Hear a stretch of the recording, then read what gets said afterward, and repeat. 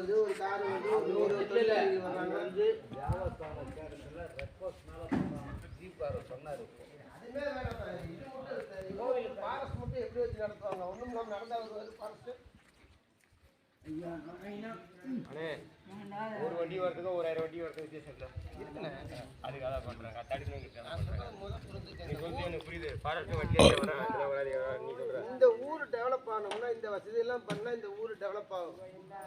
ஊர் டெவலப் ஆகுது. இருங்க வரேன் இந்த வர